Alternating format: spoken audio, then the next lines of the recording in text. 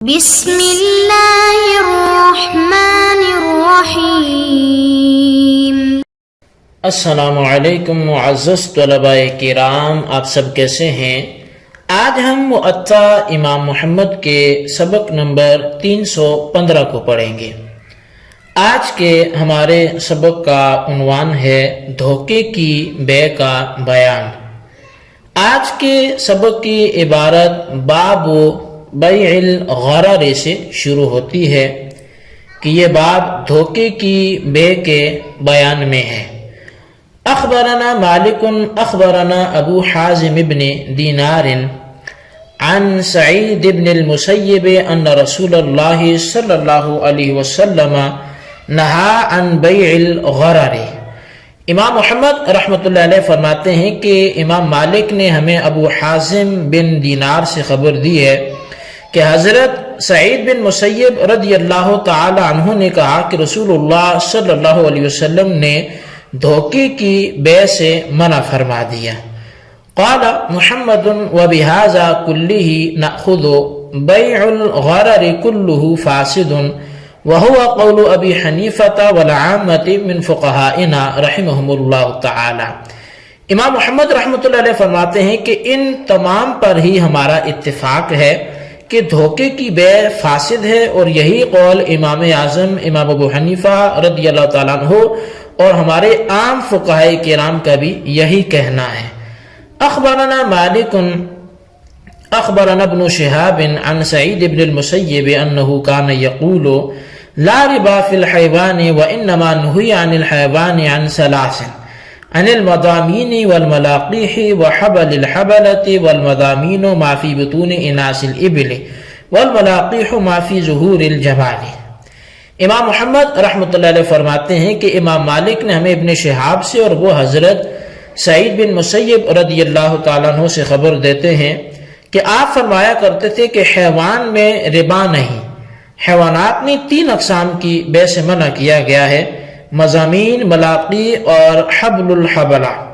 مضامین وہ ہیں جو اونٹنیوں کے ابھی پیٹ میں ہوں، اور ملاقیح وہ جو ابھی اونٹ کی پشت میں ہوں۔ اخبرنا مالک اخبرنا نافع عن عبد اللہ بن عمر ان رسول اللہ صلی اللہ علیہ وسلم نہا عن بیع حبل الحبلة وكان بیعا یبتاعه الجاہلیۃ یبیع احدهم الجزور الى ان تنتج الناقۃ ثم تنتج التي في بطنها۔ امام محمد رحمۃ اللہ علیہ فرماتے ہیں ہمیں امام مالک نے حضرت نافع سے اور وہ حضرت عبداللہ بن عمر رضی اللہ تعالیٰ عنہما سے روایت کرتے ہیں کہ رسول کریم صلی اللہ علیہ وسلم نے حبل الحبلہ کی بے سے منع فرما دیا۔ یہ ایک بے تھی جسے جاہلیت میں لوگ کیا کرتے تھے۔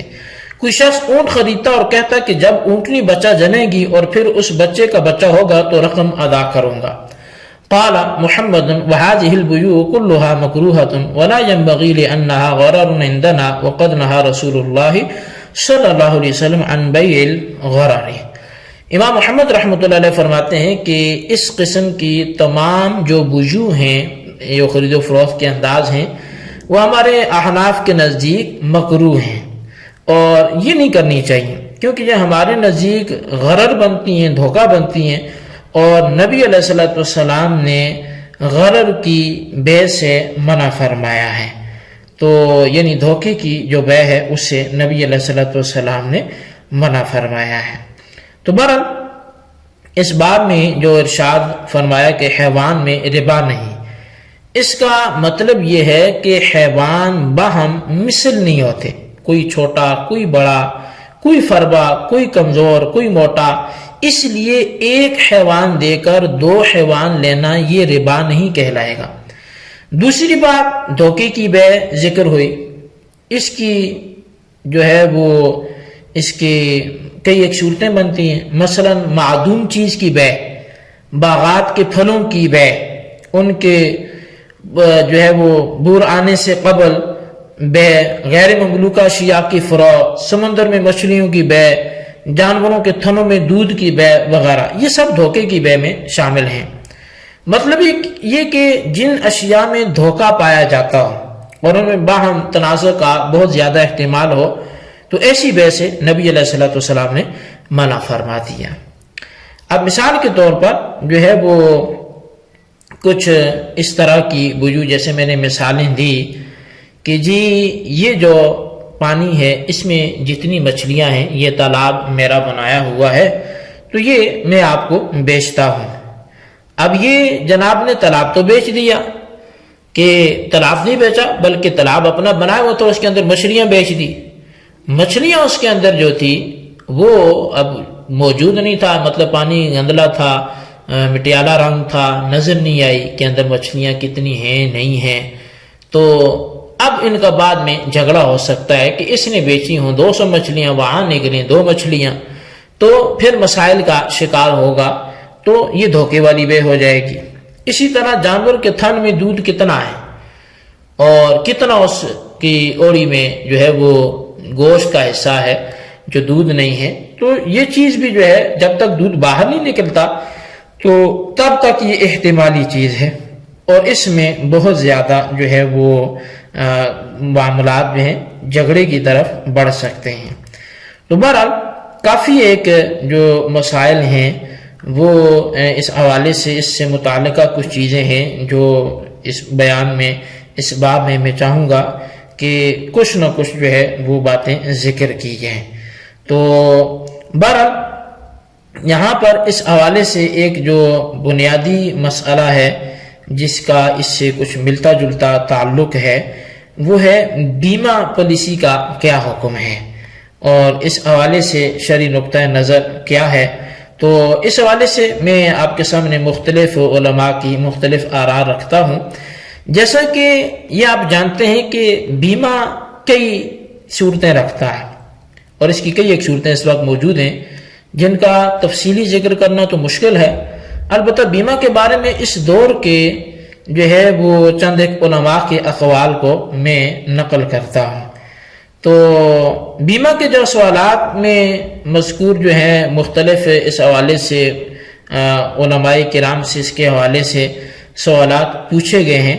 تو اس حوالے سے امام احمد رضا خان فاضل بریلی رحمۃ اللہ علیہ نے جو اس پر تحقیق ذکر فرمائی ہے وہ یہ ہے کہ آپ لکھتے ہیں برادرم محمد عبدالعزیز خان نے کلکتہ سے آن جناب سے جان کے بیمہ کی نسبت دریافت کیا تھا۔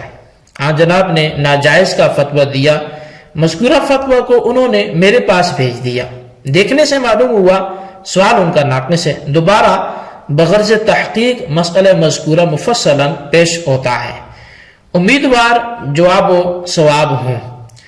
تو ایک بیمہ کمپنی میں جس کے مالک و مختار سب کے سب نصرانی المذہب ہیں، علاوہ دریا و آگ کے جان کا بیمہ بھی ہوتا ہے۔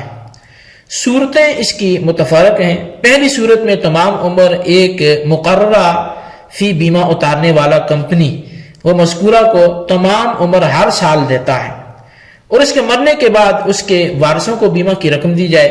مثلا 30 سال کی عمر کے شخص نے 1000 روپے کی رقم کے لیے اپنا بیمہ اتارا، تو سالانہ فیس اس کو 2800 روپے دینا پڑے گی، اور اس کے مرنے کے بعد کمپنی اس کے وارثوں کو پورا 1000 دے گی۔ مثلا آج کسی شخص نے بیمہ کمپنی سے معاہدہ کیا اور پہلے سال کی فیس دی، اس کے بعد 2 ماہ یا 2 سال یا 4 سال کے بعد مر گیا، تو بیمہ کی پوری رقم اس کے وارثوں کو ملے گی۔ دوسری صورت یہ ہے کہ معدود فی، یہ فقط چند سال تک ہر سال کمپنی مذکور کو دیتا رہا، اور اس کے مرنے پر اس کے وارثوں کو بیمہ کی رقم پوری 1000 دی جائے گی۔ یہ پہلی صورت سے اچھی ہے، چند سالانی بھرنے کے بعد بھرنا نہیں ہوتا۔ مثلا ایک شخص کی عمر 30 سال ہے اور 60 سال کی عمر تک کمپنی کو سالانہ 350 روپیہ فیس وہ دیتا رہا، اور پھر نہ دے تو اس کے وارثوں کو بعد موت کے بیمہ کی رقم دی جائے گی۔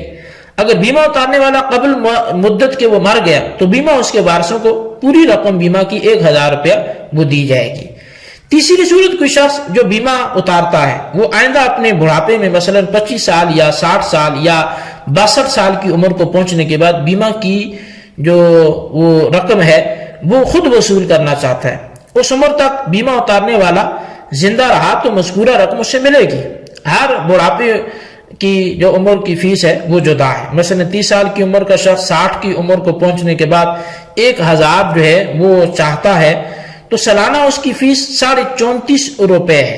اگر وہ زندہ رہا تو سالانہ اس کو فیس جو ہے یہ 34.5 روپے دینے ہوگی، اور اس کو 60 سال کی عمر میں بیمہ کی رقم 1000 ملے گی. اس درمیان بیمہ اتارنے والا مر گیا تو پوری رقم بیمہ کی 1000 روپیہ اس کے وارثوں کو ملے گی. چوتھی صورت، یہ صورت تیسری صورت سے ملتی جلتی ہے. فرق یہ ہے کہ اس صورت میں بیمہ اتارنے والے کو فقط 20 سال تک فیس دینی پڑے ہے، اس کے بعد پھر جو ہے وہ دینا نہیں پڑتا. اس کی فیس تیسری صورت سے ذرا زیادہ ہے. مثلا 30 سال کی عمر کا شخص 60 سال میں 1000 روپیہ چاہتا ہے، اس کو سالانہ 42 روپے دینے ہوں گے. 20 سال کے بعد پھر نہیں دینے ہوں گے. جب وہ 60 سال کا جو ہے عمر کو پہنچے گا تو کمپنی اس کو بیمہ کی رقم دے دے گی، یعنی مبلغ 1000 روپیہ. تو اس دوران میں اگر وہ مر گیا تو اس کے وارثوں کو پورا 1000 روپے مل جائے گا. کوئی شخص مذکورہ بالا صورتوں کا بیمہ لینے کے بعد چند سال بیمہ کی فیس دیتا رہا، اس کے بعد دینا نہیں چاہیے یا دے نہ سکا یا دینا چاہتا نہیں ہے، تو کمپنی نے جو روپے جو بھرے ہوئے ہیں وہ واپس وہ کمپنی سے چاہتا ہے تو فقط نصف رقم یعنی 400 کی 200 ملے گی. اگر واپس نہیں چاہتا تو مدت مقررہ گزرنے پر جس کو انتخاب کیا ہو بوقت معاہدہ بیمہ کے وہ رقم بالمناسب اس کو مل جائے گی. مثلا چوتھی صورت کا کسی نے بیمہ کیا، 5 سال تک دیتا رہا، اس کے بعد نہ دے سکا یا دینا نہ چاہا تو اس کو جو پاؤ رقم کی دی گئی تھی رسید ملے گی، یعنی 250 روپے. اس کو یا تو بشرط حیات 60 سال کی عمر میں مذکورہ روپیہ یعنی 250 روپے ملیں گے یا بعد موت اس کے وارثوں کو ملے گا. بیمہ کی فیس جدا جدا ہے، جتنی عمر کم ہوگی اتنی فیس کم ہوگی، بڑی عمر کے لیے زیادہ فیس ہوگی. یہ حساب بیمہ اتارنے کے وقت کیا جاتا ہے، اور بیمہ اتارنے کے وقت جو عمر رہتی ہے اس کی فیس تمام عمر یا بڑھاپے کی عمر تک جو ہے اس کو بھرنا ہوگی جس کو وہ پسند کریں. تو بہرحال مذکورہ بالا صورتوں سے روپیہ جمع کرنا اور بیمہ کمپنی سے معاہدہ کرنا اور کمپنی مذکورہ سے وصول کرنا شرعاً جائز ہے کہ نہیں؟ سائل جو ہے وہ حنفی المذہب ہے، لہٰذا فتویٰ بھی اسی مذہب پر ہوگا. اب یہ سوال تھا، تو الجواب یہ بالکل قمار ہے، جوا ہے، محض باطل کہ کسی عقد شرعی میں داخل نہیں. ایسی عقود فاسدہ بغیر عذر کے جو اجازت دی گئی وہ اس صورت سے مقید ہے کہ ہر طرح ہی اپنا نفع ہو، اور یہ ایسی کمپنی میں کسی طرح متوقع نہیں ہے، لہذا اجازت نہیں ہے. تو یہ بہرحال اس میں کیونکہ اس میں بھی دھوکے کا وہ خدشہ ہوتا ہے تو اس کے حوالے سے اس لیے یہ بات کی گئی اور اس موضوع کی مناسبت سے اس کو یہاں پر ذکر کیا گیا. تو بہرحال جی یہ ہمارا آج کا سبق تھا، آپ اس کو اچھی طرح سمجھیں، اس کے خلاصے کو اپنے رجسٹر پر ضرور لکھیے گا. اللہ تبارک و تعالیٰ سے دعا ہے جو کچھ ہم نے پڑھا سنا سے یاد رکھنے کی توفیق نصیب فرمائے. آمین بجاہ النبی الامین صلی اللہ علیہ وسلم.